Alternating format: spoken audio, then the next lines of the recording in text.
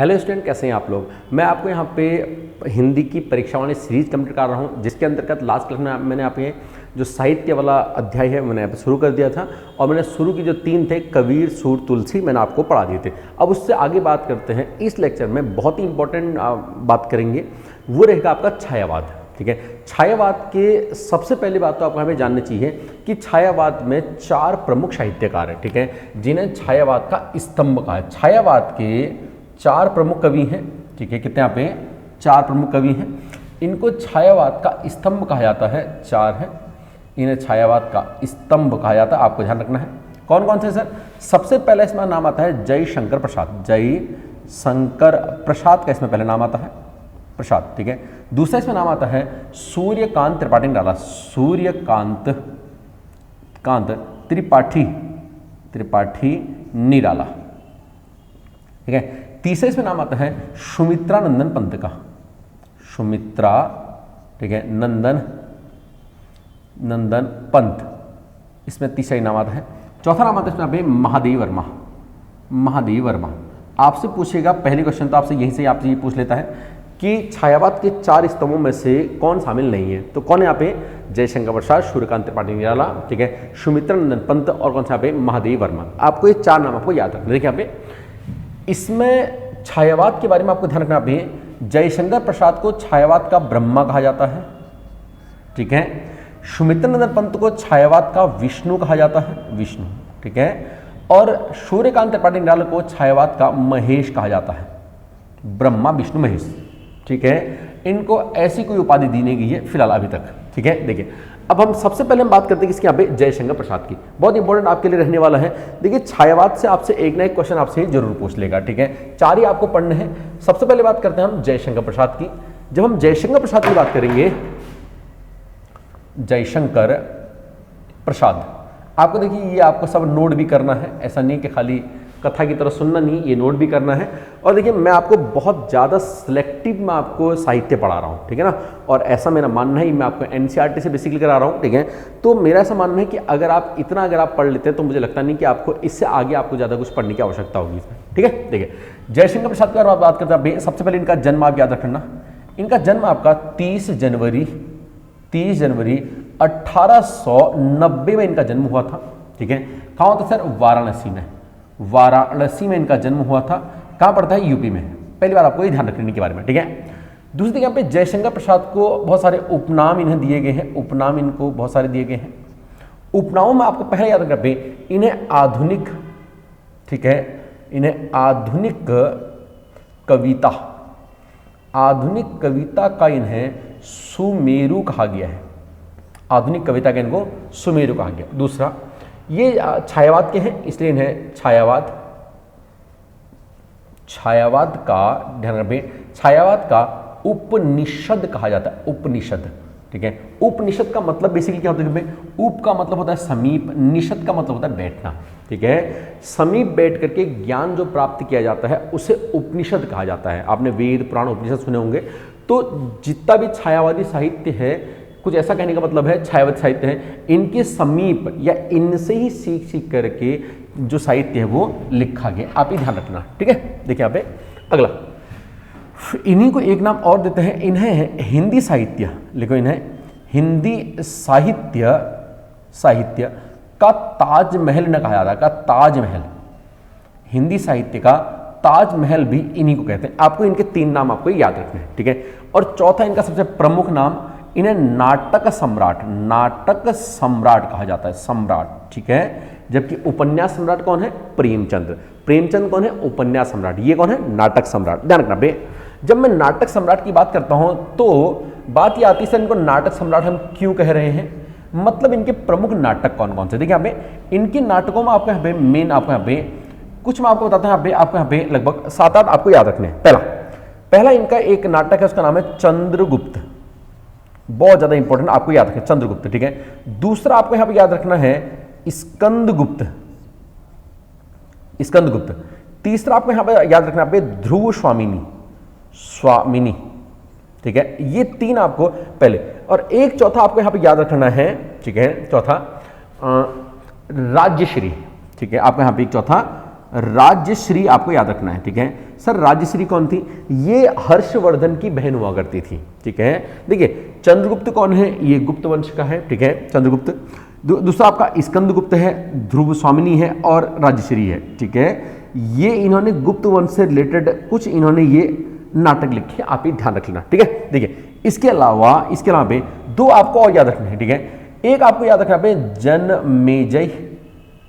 जनमेजय का नाग यज्ञ आपको एक इंपॉर्टेंट आपको याद रखना, ठीक है। और एक आपको यहां पर याद रखना है एक घूंट आपको याद रखना है, ठीक है। नाटकों में किसके नाटक यहाँ पे है? जयशंकर प्रसाद के नाटकों में आपको इतने नाटक आपको ध्यान रखना है, ठीक है। देखिए नाटक के बाद हम थोड़ा आगे बढ़ते हैं। इनके नाटकों के बाद अब थोड़ा बात कर लेते हैं इनकी कहानी के बारे में। देखिए कहानियों में इनकी कुछ कहानियां इनकी बहुत फेमस है। कहानियां की मैं अगर बात कर लेता हूं, ठीक है। यहां मैं आपको यहां पे कहानियों में मैं इनकी आपको 4 कहानियां मैं आपको बोलूंगा, आपको याद रखनी चाहिए 4 कहानियां, ठीक है। पहली जो कहानी है वो रहेगी आपकी आंधी। पहली कौन सी रहेगी? आपकी आंधी कहानी, ठीक है। दूसरी आपकी फिर से औसई में लिख रहा हूं आकाशदीप आपकी दूसरी कहानी रहेगी, ठीक है। देखो औस आ गई, अब मैं ई से लिखता हूं यहाँ पे। ई से आपकी आएगी इंद्रजाल, थोड़ा सा एक सेंस में मैं एक जैसा लिखने का प्रयास कर रहा हूं। और चौथी आपकी आएगी यहाँ पे छाया, ठीक है। 4 कहानी आपको यहाँ पे याद रखनी है। कौन कौन सी? पहली कौन सी? यहाँ पे पहली है आंधी, दूसरी है आकाशदीप, औ से मैंने लिए है, ठीक है। इधर देखिए यहाँ पे इंद्रजाल, फिर में ई से आगे है, आंधी, ठीक है, आ से है, ये भी आ से है, ये ई से है, ये आपका 6 से है, ये आपको याद रखना, ठीक है। तो आंधी, आकाशदीप, इंद्रजाल और कौन सा? छाया, ठीक है। देखिए अब यहाँ पे इनकी कहानी के बाद अब हम बात करते हैं इनके उपन्यासों की। जयशंकर प्रसाद के जो उपन्यास है हम जरा इनकी बात करते हैं। उपन्यासों में देखिए ज्यादा नहीं है, आपको कितने पढ़ने? उपन्यास में आपको क्या करना है? देखिए आपको यहाँ पे केवल इनके 3 उपन्यास आपको याद रखने हैं, 3। सबसे पहला इनका जो उपन्यास है, इनका उपन्यास आपको याद रखना है वह है कंकाल आपको याद रखना है, सबसे पहला उपन्यास, ठीक है। दूसरा इनको आपको याद रखना है तितली उपन्यास, इनको आपको याद रखना है। तीसरा आपको यहां पे याद रखना है, उसका नाम है इरावती, ठीक है। इरावती के बारे में आपको एक बात ध्यान रखना है, इरावती जो है ये इनका अधूरा उपन्यास है, इरावती, ठीक है। यानी कौन सा हो गया पे आपका कंकाल, तितली का कंकाल है, कंकाल की तितली का कंकाल, ऐसा कुछ, ठीक है। और यहाँ पे कौन सा पे? इरावती। कौन सा है यहाँ पे? इरावती कैसा आपका? अधूरा है। देखिए ई ओ ऐसा आपको थोड़ा सा ये मतलब देखो अगला रास्ता हमारे पास रटने का होता ही होता है, लेकिन थोड़ा सा दिमाग में रखेंगे तो इजीली मुझे लगता है आपका ये हो जाना चाहिए, ठीक है। इससे पहले मैंने यहाँ पे क्या लिखी थी? यहाँ पे इससे पहले मैंने यहाँ पे कहानी लिखी थी, कितनी लिखी थी? मैंने 4 कहानियां। कौन सी? पहले आ से थी, कौन सी? आंधी, आकाशदीप, ठीक है। फिर इधर आ गया था ई से घर पे इंद्रजाल, उसने यहाँ पे छाया, ठीक है। फिर मैंने यहाँ पे क्या लिखा? पे उपन्यास, कितनी थी यहाँ पे? 3 उपन्यास। इधर यहाँ पे मैंने लिखा था उपन्यास पहला क्या? कंकाल, तितली, ठीक है। और इसके साथ में इस साइड इरावती कैसा है? अधूरा उपन्यास है, आपको ध्यान रखना है, ठीक है। देखिए थोड़ा सा याद रखना पे। अब इसके अलावा आपको यहाँ पे याद रखना है इनके काव्य, ठीक है, इनके काव्य के बारे में। काव्य, ठीक है। काव्य में इनका थोड़ा सा इंपॉर्टेंट काव्य है, मतलब जो इन्होंने काव्य लिखा है। पहला आपको यहाँ पे उर्वशी याद रखना है, उर्वशी। पहला कौन सा आपको याद रखना पे? उर्वशी इनका एक इंपॉर्टेंट काव्य है जयशंकर प्रसाद का, बार बार पेपर में पूछा जाता है, उर्वशी आपको ध्यान रखना, ठीक है। दूसरे यहाँ पे है आंसू इनका बहुत इंपॉर्टेंट है, ध्यान रखना। जो आंसू है, आंसू देखिए अभी पहले ऊपर भी आया था, ठीक है, सॉरी आंसू नहीं आया था, आंधी आया था। आंसू जो देखिए आप आंसू को हिंदी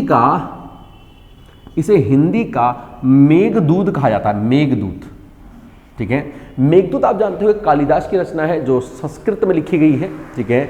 लेकिन ये क्या है? आंसू को हम क्या बोलते हैं? हिंदी का मेघदूत कहते हैं। है क्या सर? ये एक काव्य है, ठीक है। इसके अलावा तीसरा आपको ध्यान रखना है झरना आपको याद रखना है, ठीक है। एक आपको यहाँ पे याद रखना है लहर, ठीक है।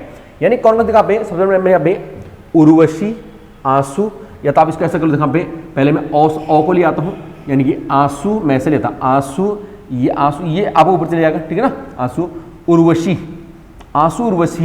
फिर क्या है आपका? झरना, फिर आपका लहर, ठीक है। आंसू, उर्वशी, झरना और लहर, आपको ध्यान रखना है, ठीक है। देखिए अगर मैं इस साइड की बात करता हूं यहाँ पे, तो आपको यहाँ पे 1-2 याद रखने हैं। एक आपको यहाँ पे कामायनी आपको याद रखना है यहाँ पे, ठीक है। और एक आपको यहाँ पे याद रखना है चित्रधारा आपको याद रखना है, ठीक है। देखिए यहाँ पे देखो ये अ है, यानी ये अ है, अ बोले तो जो स्वर जहां से शुरू होते हैं, यहां से आपका व्यंजन शुरू होता है क, ठीक है, तो मुझे वो भी मुझे याद रहेगा, ठीक है। देखिए यहाँ पे आंसू पहला हो गया, दूसरा उर्वशी, झरना, लहर। अब देखिए यहाँ पे आंसू उर्वशी दो स्वर वाले हैं, झरना लहर नॉर्मली हमको पता रहता है कि ये जयशंकर प्रसाद का है, अगर आपको नहीं पता है तो आपको याद करना पड़ेगा। इधर देखिए यहाँ पे, इधर यहाँ पे एक कामायनी है, एक आपका यहाँ पे चित्रधारा है। थोड़ा सा दिमाग में ना प्रेशर, थोड़ा फोल्डर ऐसा बनाना पड़ेगा, ठीक है। काव्य के अंदर मैंने इधर पे लिखी थी, यहाँ पे 4, पहला आंसू, दूसरा उर्वशी, औस है उर्वशी, ठीक है, फिर नीचे उसने यहाँ पे झरना और लहर। देखिए यहाँ पे झरना क्या होता है, पानी का झरना, लहर भी पानी की होती है, तो झरना और लहर दोनों एक साथ है। आंसू और उसके नीचे वाला यहाँ पे उर्वशी, ये दोनों आपके अलग हैं, ठीक है। देखिए अब मैं इधर आता हूँ, इधर कहाँ पे कामायनी, कामिनी पे, और कहाँ पे चित्रधारा, कामायनी और चित्रधारा। इधर आपको एक कौश हो गया और चित्रधारा आपको याद रखना है, थोड़ा रटना पड़ेगा, ठीक है। चलिए देखिए अब यहाँ पे काव्य के बाद इनकी 2 पत्रिकाएं हैं, आपको वो भी ध्यान रखने लेनी है। यहाँ पे इनकी है 2 पत्रिका, इनकी 2 क्या है, यहाँ पे इनकी 2 पत्रिका है, पत्रिका। 2 पत्रिकाओं में एक पत्रिका का जो नाम है यहाँ पे, उसका नाम है हंस पत्रिका, हंस इनकी एक पत्रिका है, और दूसरी इनकी एक पत्रिका है, उसका नाम है इंद्र पत्रिका। आपको ध्यान रखना है पत्रिका कौन कौन सी इनके यहाँ पे, एक इनकी हंस पत्रिका है, दूसरी इनके यहाँ पे एक कौन यहाँ पे, इनकी एक पत्रिका पे इंद्र पत्रिका, ठीक है।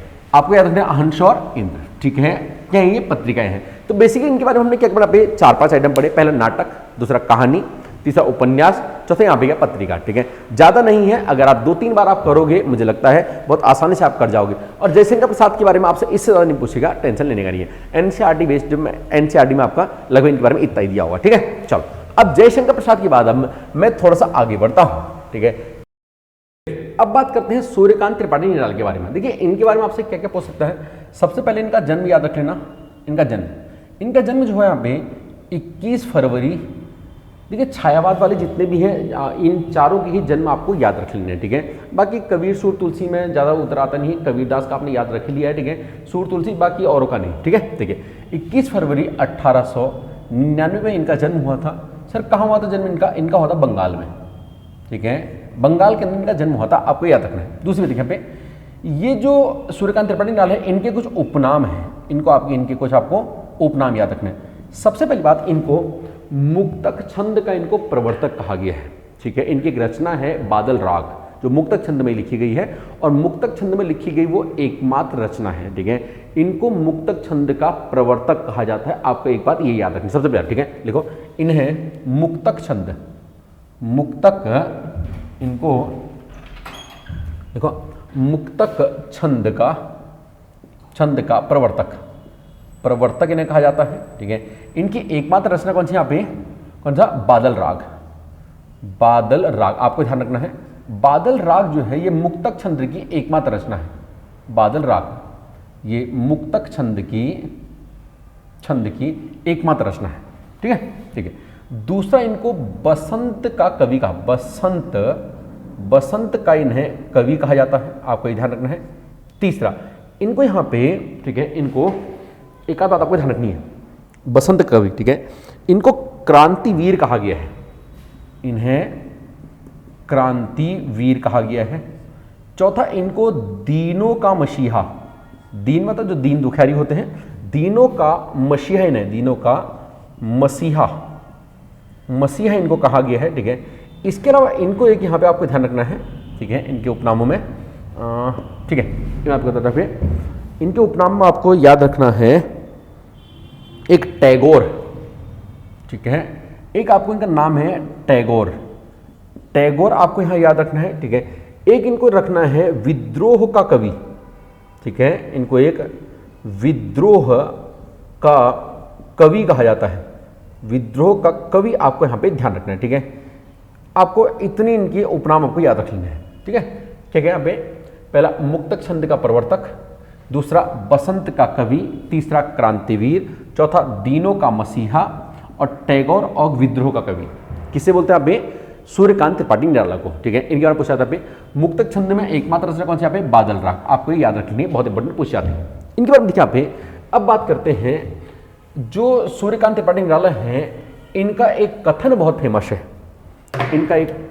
फेमस है, आपसे 12 पूछेगा, इनका एक कथन, ठीक है। इनने कहा है कि जैसे मनुष्य ठीक है। मनुष्य की मुक्ति की तरह ही कविता की भी मुक्ति होती है, इन्होंने ये कहा है, मुक्ति होती है। ये इनकी बहुत इंपॉर्टेंट इनका एक कथन है, ये आपको ध्यान रखना है, ठीक है। इसके बाद देखिए आप इन्होंने इनको एक चीज और बोलते हैं, कवित्व को हिंदी का जातीय छंद। इन्होंने जो कवित्व है, कवित्व को इन्होंने हिंदी का जातीय छंद कहा है, आपको याद रखना है, ठीक है। इनके बारे में आपने यहाँ पे दो बातें आपने ध्यान रख ली है, क्या क्या? मनुष्य की मुक्ति की तरह ही कविता की मुक्ति होती है, कवित्व को इन्होंने हिंदी का जाति छंद कहा है, आपको ये बात भी याद रख लेनी है, ठीक है। देखिए इन्होंने जो अपनी जो रचनाएं करी है, इनका जो प्रिय सब्जेक्ट यानी कि प्रिय विषय रहा है, इन्होंने बादल के ऊपर इन्होंने सबसे ज्यादा रचनाएं करी हैं, ये इनका सबसे प्रिय विषय रहा है, ठीक है। बात करते हैं इनकी रचनाओं की। इनकी रचनाओं में देखिए यहाँ पे, इनकी रचनाओं में सबसे पहले हम बात करते हैं, ठीक है, कविता की। सबसे पहले इनकी कुछ महत्वपूर्ण कविताएं हैं, आपको ये ध्यान रख लेना है, ठीक है। देखिए कविताएं, इनकी जो कविताएं हैं उनको मैं दो पार्टों में बांट देता हूं, दो पार्टों में। सबसे पहला इनको आपको याद रखना है, सरोज स्मृति, आपको एक कविता याद रखनी इनकी। दूसरी इनकी एक बहुत इंपॉर्टेंट कहानी है जिसका नाम है जूही की कली। कौन सा पे है? जूही की कली, आपको याद रखना है, इनकी कविता है। तीसरी इनकी कविता है अनामिका, बहुत इंपॉर्टेंट कविता है। चौथा इनकी गीतिका, आपको ध्यान रखना है, ठीक है। चौथे कौन से आप गीतिका, यानी पहली कौन से आप सरोज स्मृति, दूसरी है जूही की कली, तीसरी कौन से आप अनामिका और चौथी आपके यहाँ पे गीतिका, ठीक है। ध्यान रखना, जो सरोज स्मृति है इसे हिंदी का इसे प्रथम शोक गीत कहा जाता है। शोक गीत मतलब शोक, ठीक है, ध्यान रखना, शोक गीत किसे बोलते हैं? सरोज स्मृति को, आपको ये ध्यान रखना, ठीक है। सरोज गीत, जूही की कली, अनामिका और गीतिका, ठीक है।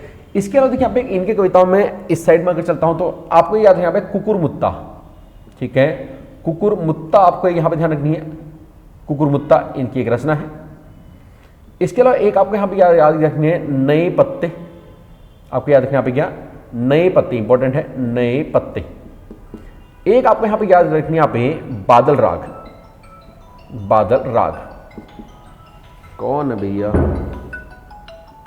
चलो ठीक है, आपको एक इनकी बादल राग याद रखनी है, हो गया। चलो अगली आपको इनकी जो कविता याद रखनी है, ठीक है, बादल राग। अगली आपको यहां पे याद रखनी है तुलसीदास, ये आपको याद रखनी है, ठीक है। तो कविताएं कितनी हो गई इनके यहाँ पे टोटल? लगभग मैंने आपको 8 कविता आपको बताई इनके यहाँ पे, सरोज स्मृति, जूही की कली, अनामिका, गीतिका, इंपॉर्टेंट कविता है। शुरू की जब मैंने एक साइड लिखी है थोड़ा सा एक सेंस में, ठीक है। कुकुरमुत्ता, नए पत्ते, बादल राग और तुलसी आपको याद रखनी है, ठीक है। देखिए इसके अलावा कविताओं के अलावा इनके कुछ उपन्यास हैं, इनके उपन्यास आपको याद रखने हैं, इनके उपन्यास, ठीक है। इनके 4 उपन्यास हैं, उपन्यास में आपको यहाँ पे इनके 4 आपको याद रखने हैं। कौन कौन से 4 उपन्यास है? पहला नंबर 1 अप्सरा, आपको पहला इनका पे अप्सरा आपको याद रखना है। दूसरा आपको याद रखना है पे काले कारनामे। तीसरा आपको यहां पे याद रखना है चमेली, आपको बहुत इंपॉर्टेंट है। और चौथी आपको यहां पे जो याद रखना है वो रखना है इंदुलेखा, आपको ये 4 याद रखने हैं, ठीक है। इसके बारे में आपको एक बात और महत्वपूर्ण याद रखनी है। पहले कौन सा यहाँ पे? अप्सरा, दूसरे काले कारनामे, तीसरी कौन सा यहाँ पे? चमेली, चौथा इंदुलेखा। देखिए यहाँ पे काले कारनामे, चमेली और इंदुलेखा, ये जो है ये इनके अधूरे, ठीक है, इनके यहाँ पे इनके अधूरे उपन्यास है। उपन्यास आपको ध्यान रखना है, अपूर्ण उपन्यास है, ठीक है। पूर्ण कौन से? केवल यहाँ पे अप्सरा, अप्सरा किसके यहाँ पे? सूर्यकांत त्रिपाठी का यहाँ पे पूर्ण उपन्यास है, आपको ये बात ध्यान रख लेनी है, क्लियर, ठीक है। देखिए यहाँ पे इसके अलावा इनके बारे में हम कुछ बात और कर लेते हैं। इनकी लिखो कहानी, 2 आपको इनकी कहानी याद रखनी है। कितनी कहानी यहाँ पे? 2 कहानियां, 2 आपको यहाँ पे कहानी याद रखनी है। कौन कौन सी 2 कहानी यहाँ पे? एक है चतुरी चमार, इनकी एक कहानी आपको याद रखनी है। दूसरी यहाँ पे एक कहानी आपको याद रखनी है बाल साहित्य, आपको इनकी दूसरी कहानी आपको यहाँ पे याद रखनी है, ठीक हो गया, ठीक है। तो सूर्यकांत त्रिपाठी निराला के बारे में आपको यहाँ पे इतनी चीजें आपको यहाँ पे याद रखनी है, कविता, उपन्यास और इनकी कहाँ पे कहानी। कहानी में कौन सा पे, चतुरी चमार और बाल साहित्य। ठीक हो गया, ठीक है। चलिए अब देखिए यहाँ पे सूर्यकांत त्रिपाठी निराला की बात थोड़ा सा आगे बढ़ते हैं। चलिए अब बात करते हैं सुमित्रा नंदन पंत के बारे में। देखिए सबसे पहली बात ध्यान रखना है, इनका जन्म याद रखना। जन्म कब हुआ था, 20 मई, ये तो सबको पता होगा, 1900 में इनका जन्म हुआ था। कहाँ, कौसानी में। कौसानी के अंदर इनका सबसे पहले आपको जन्म याद रखना है। इनका एक उपनाम है, उपनाम, इन्हें सैं कहा जाता है, सैं, या इन्हें बोलते हैं गुस्सें। आपको ये भी ध्यान रखना है, सैं या गुस्सा इन्हें कहा जाता है। ठीक है। देखिए तीसरी बात इनके बारे में देखिए, इनका एक कथन बहुत फेमस है, इनका एक कथन आपको याद रख लेना है। ठीक है, हिंदी हमारे राष्ट्र की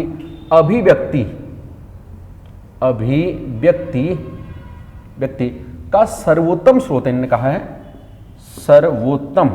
देखिए ध्यान रखना, इनके जो कथन होते हैं ना वो इस तरह से एज इट इज पूछ जाते हैं, तो जो बहुत प्रमुख हैं, जो बार बार आते हैं, मैं आपको बता रहा हूं, सर्वोत्तम स्रोत है ये इन्होंने कहा है, आपको ये याद रखना है। ठीक है। इसके अलावा देखिए यहाँ पे इनके नाम पे 2015 में एक डाक टिकट जारी हुआ था, आपको ये भी ध्यान रखना है। ठीक है, कब जारी हुआ यहाँ पे, सुमित्रा नंदन पंत के नाम पे 2015 में एक डाक टिकट जारी हुआ था, आपको एक बात ये भी ध्यान रखनी है। ठीक है। चलिए अब इनकी रचनाओं की बात करते हैं। जब इनकी रचनाओं की बात करते हैं तो सबसे पहले आती है इनकी कविताएं, जो बहुत फेमस है कविताएं। इनकी कविताओं को 3 पार्टों में बांटा जाता है, थोड़ा ज़्यादा कविताएं हैं।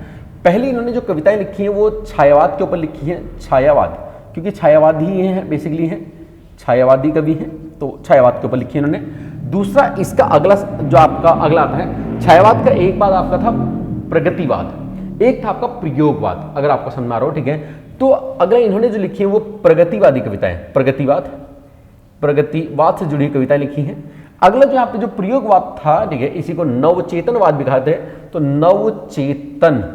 नवचेतना से जुड़ी हुई इन्होंने कुछ कविताएं लिखी हैं। ठीक है। देखिए छायावादी कविताओं में आपको क्या ध्यान रखना है, यहाँ पे सबसे इंपॉर्टेंट आपको याद रखना है, पहले पल्लव, ठीक है, पल्लव, दूसरा वीणा, तीसरा गुंजन, ठीक है, और चौथा ग्रंथि।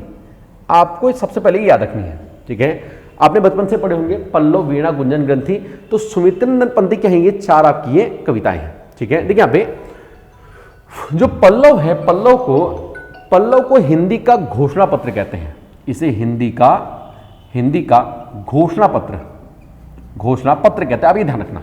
अब देखिए यहाँ पे छायावादी में आपको एक और याद रखना आप भी। ठीक है, पल्लव, वीणा, गुंजन, ग्रंथि, एक आपको इसमें और याद रखना है। ठीक है, उसका नाम है उच्छ्वास, आपको याद रखना है, उच्छ्वास। ठीक है, यहाँ पे पल्लव, वीणा, गुंजन, ग्रंथि, उच्छ्वास। देखिए इसको मैंने क्या बोला, इसे हिंदी का क्या बोलते हैं, आप घोषणा पत्र कहा जाता है, आपको याद रखना। देखिए अब मैं प्रगतिवाद की बात करता हूं, तो यहाँ पर आपको याद रखना है युवांत, इनके एक कविता है युवांत, एक है इनकी युगवाणी एक कविता है इनकी। इसके अलावा इनकी एक कविता है ग्राम्या, इंपॉर्टेंट कविता है ग्राम्या। ठीक है, एक इनके यहाँ पे वे आंखें इंपॉर्टेंट है। ठीक है, अगले यहाँ पे आपको याद रखना है स्वर्ण किरण। ठीक है, तो प्रगतिवाद में इन्होंने कितनी रचनाएं लिखी यहाँ पे, लगभग आपको 5 याद रखनी है। पहली है युवांत, ठीक है, दूसरी है युगवाणी, तीसरी ग्राम्या। ठीक है, ये दोनों यो सारी लिखी यहाँ पे, ग्राम्या, वे आंखें और स्वर्ण किरण। ठीक है, वे आंखें, आंखों से ही, ठीक है, किरणें निकलती है, तो ऐसा आपको ध्यान रखना। ठीक है, ग्राम्य आपको ये अलग से आपको ये याद रखना पड़ेगा। ठीक है, चलिए नवचेतना में देखिए आपको सबसे पहले आपको यहाँ पे याद रखना है, नवचेतना में पहला आपके यहाँ पे है काला और बूढ़ा चांद, काला व बूढ़ा चांद, आपको सबसे पहले आपको याद रखनी है। क्यों सर, क्योंकि 1960 में इसके लिए इनको साहित्य अकादमी दिया गया था, अकादमी पुरस्कार। आपको ध्यान पे कब मिला, 1960 में इनको किसके लिए, काला और बूढ़ा चांद के लिए। ठीक है, इसके अलावा हम थोड़ा आगे बढ़ते हैं तो एक रचना इनकी आई थी बहुत फेमस, उसका नाम है चिदम्बरा।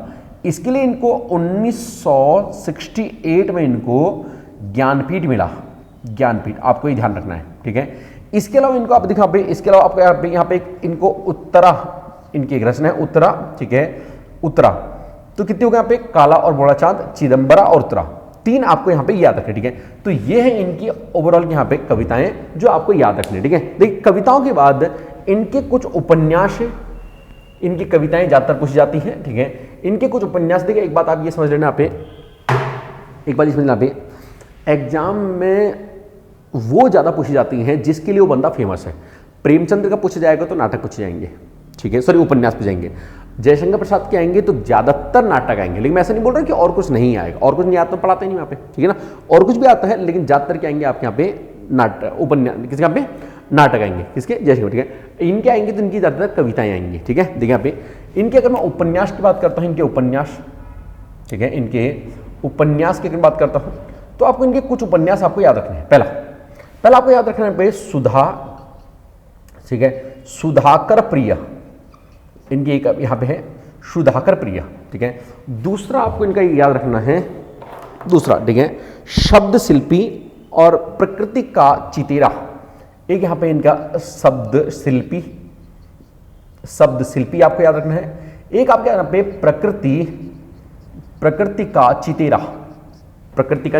ठीक है, शब्द शिल्पी और प्रकृति का चितेरा आपको याद रखना है, चितेरा। इसके अलावा देखिए यहाँ पे आपको एक याद रखना है नारी मुक्ति। देखिए ये नारी मुक्ति के समर्थक रहे थे, ऐसा बता देखिए, मतलब नारी के उत्थान के लिए, उनको नवचेतना, मतलब उनको जगाने के लिए, उनके अधिकारों के लिए उनके पक्षधर माने जाते हैं प्रबल रूप से। कौन? सुमित्रा नंदन पंत, ठीक है, ये उनके पक्षधर माने जाते हैं। इसके अलावा इनको देखिए, मैं इनको हिंदी का विलियम आपको याद रखना है, ठीक है, विलियम वर्ड्सवर्थ कहा जाता है, इनको वर्ड्सवर्थ, ठीक है, इनको हिंदी का विलियम वर्ड्सवर्थ कहा जाता है। आपको एक बात इनके बारे में ये भी ध्यान रखना, ठीक है। एक आखिरी बात, इनकी एक पत्रिका है, आपको ध्यान रखना, इनकी पत्रिका, उसका नाम है रूपाभ। इनकी एक पत्रिका आपको याद रखनी है, इसका नाम क्या है यहाँ पे, रूपाभ, ठीक है। तो ये रहे आपके यहाँ पे सुमित्रा नंदन पंत के बारे में जो बात आपको यहाँ पे ध्यान रखनी है, ठीक है। तो आज हमने यहाँ पे क्या पढ़ा पे, जयशंकर प्रसाद, सूर्यकांत त्रिपाठी नाला और कौन सा पे, सुमित्रा नंदन पंत, हमने ये पढ़ लिया, ठीक है। इसके आगे हम नेक्स्ट क्लास में कंटिन्यू करते हैं। अगर आपको वीडियो पसंद है तो वीडियो को लाइक जरूर करना, चैनल पर नहीं आए तो सब्सक्राइब जरूर करना, सब्सक्राइब किए बिना जाने का नहीं है।